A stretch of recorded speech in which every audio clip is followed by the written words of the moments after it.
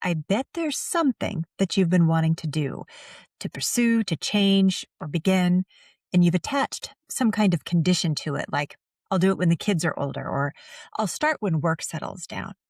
I'll go after it when I feel more ready. I'll give myself permission when I've lost the weight, paid off the debt, figured out the next 5 years, stopped being so busy, finally gotten enough sleep. Pick one. If any version of that sentence lives in you, you're not alone. Most of the women I work with have an entire someday list, desires that are real, that matter, and that have been there for years, sitting behind a condition that keeps getting moved. Today, we're naming that structure because here's what I've come to understand. The someday cycle is not a character flaw.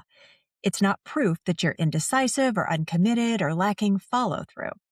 It's a learned pattern with a very specific shape. And once you can see that shape clearly, you could start working with it. Today, I'm going to show you how.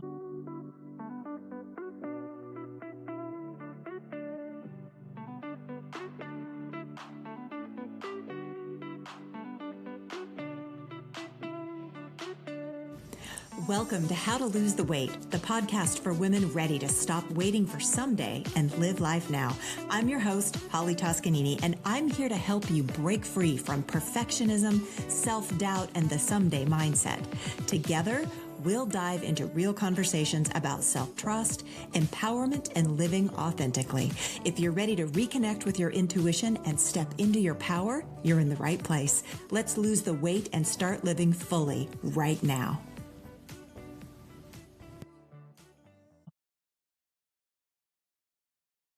Welcome back to How to Lose the Weight. I'm Holly Toscanini, and we're in week 3 of the W.A.I.T framework series. Now, if you're just joining us, welcome.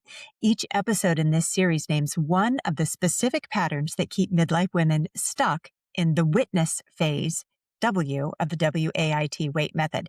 We've covered the inner counsel and permission givers in episode 111, the research loop in episode 112, and today we're looking at the someday cycle, which I think is the most quietly painful of the 3 we've covered so far, because this one isn't just about avoidance, it's about desire.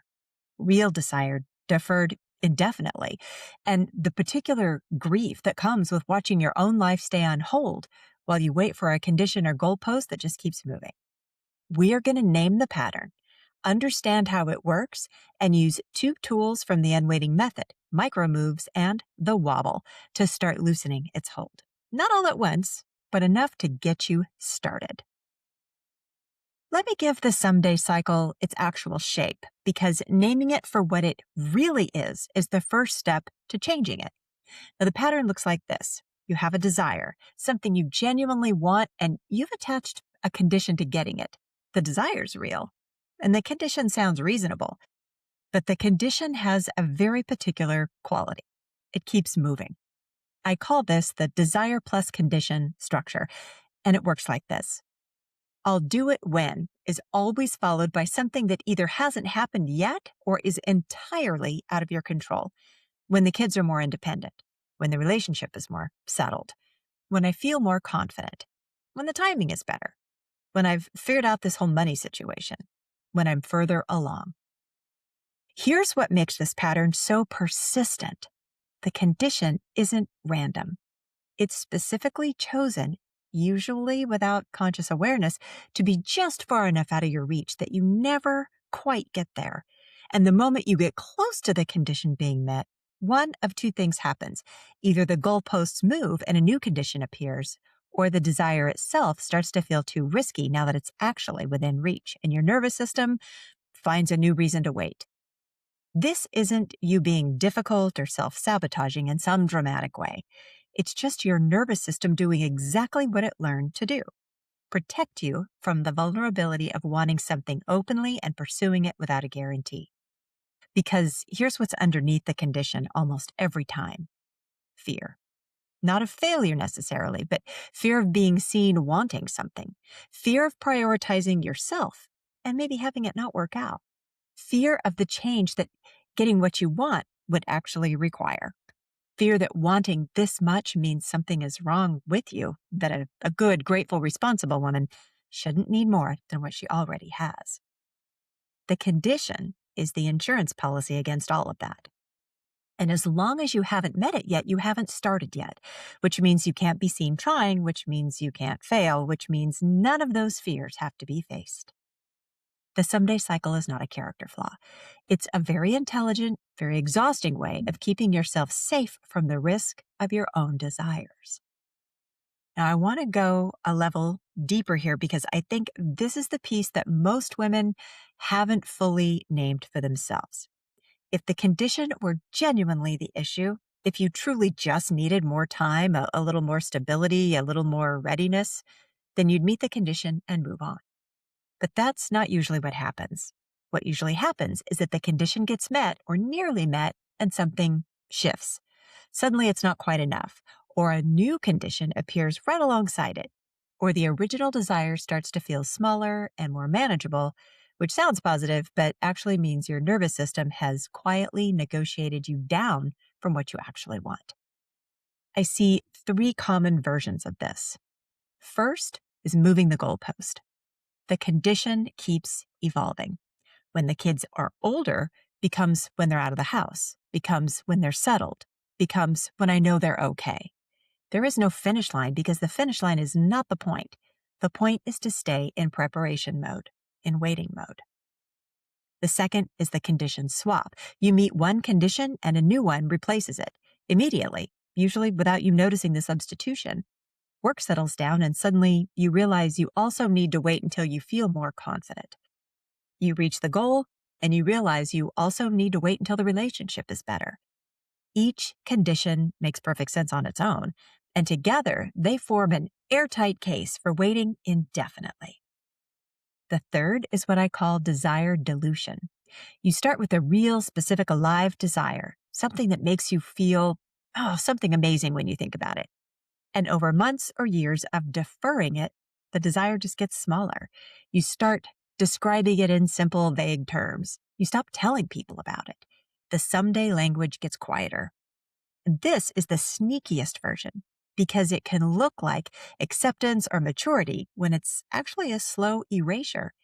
You're not at peace with not having it. You just got very practiced at not letting yourself feel how much you really want it.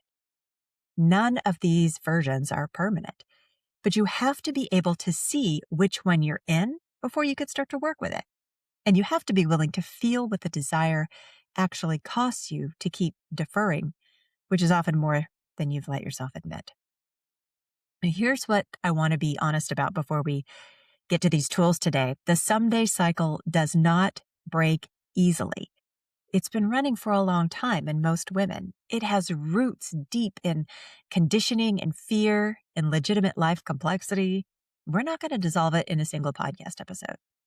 What we can do is start working with it, specifically using 2 tools from the Unwaiting Method that are particularly well suited to this pattern. The first is micromoves. A micromove is the smallest possible action in the direction of the desire, something so small that the condition doesn't feel relevant yet.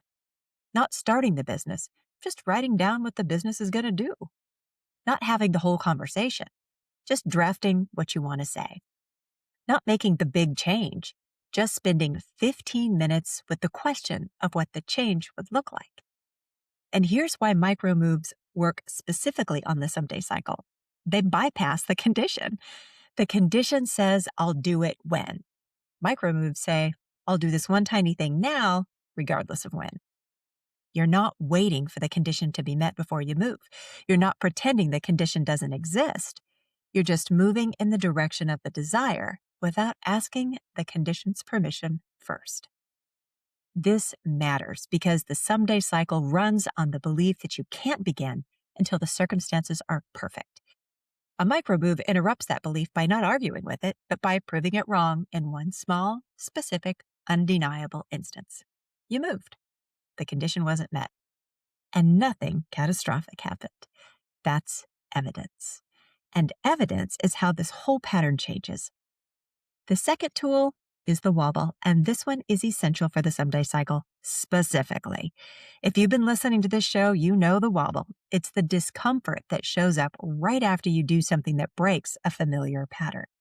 The guilt, the second guessing, the urge to pull back and return to the version of yourself that waits. With the someday cycle, the wobble has a very particular flavor, I guess. It often sounds like, who am I to want this? Or this is selfish. Or I should just be grateful for what I have. Or a quieter version, just a creeping discomfort that feels like you've done something wrong by moving towards what you want even a little bit. Now, I want to name that feeling directly because most women interpret it as a signal to stop, as confirmation that the desire was unreasonable or the thing was wrong, or they were getting ahead of themselves. And it isn't any of those things. It's just the wobble. It's the nervous system registering that you broke a pattern, that you moved toward a desire without the condition's permission, and your nervous system set up a flare. The way through it is not to argue with it. It's to name it for what it is. This is the wobble. This is discomfort, not danger.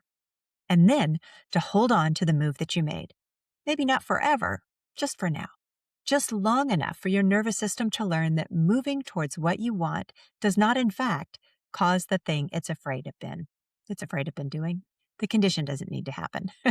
The learning doesn't happen in one wobble either. It happens over a lot of wobbles, but each time you hold through it, the next one gets a little shorter, a little quieter.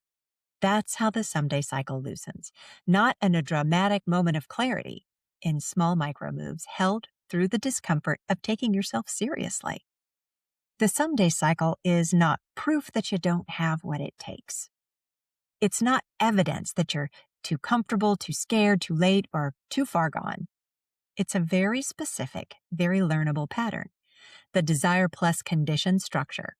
And it runs on the belief that you need permission from your circumstances before you're allowed to want what you want. You don't.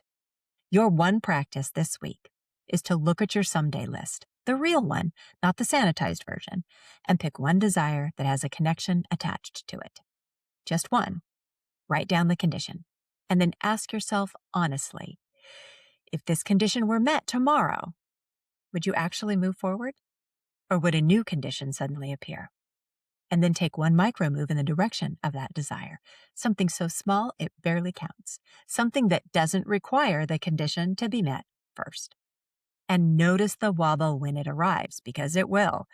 Name it. Hold on to your action. Hold on to that move, even for just a few hours. That's the work this week. If you want to understand specifically which patterns are running your WAIT cycle right now and for how long you are in the WAIT process, the free Unwaiting audit will give you that picture. It takes just a few minutes and it's specific, not a generic quiz. You're going to learn your confidence archetype. You might be the awakening woman, the inner critic warrior, the intuitive seeker, the embodied confidence woman, or the reinvention ready woman. You can find the link in the show notes or in the description below the video. Next week, episode 114, we're staying in the witness phase and naming one of the most seductive patterns in the whole waiting cycle, what I call fear with a planner. It's the version of waiting that looks the most responsible, the most prepared, the most like you've really thought it through. It's also, underneath all of that, just fear. Just planned and presented so well that even you can't always tell the difference. Now, if you've ever called your waiting being practical, this episode is specifically for you. Until next time, bye for now. Thank you for tuning in to How to Lose the Weight. If you enjoyed today's episode, be sure to subscribe so you never miss a conversation. And if you found value in this episode, I'd love it if you could leave a review. It really helps the show reach more women like you who are ready to step into their power. For more insights and inspiration, follow me on Instagram at Holly Toscanini or visit hollytoscanini.com. Until next time, remember, stop waiting and start living.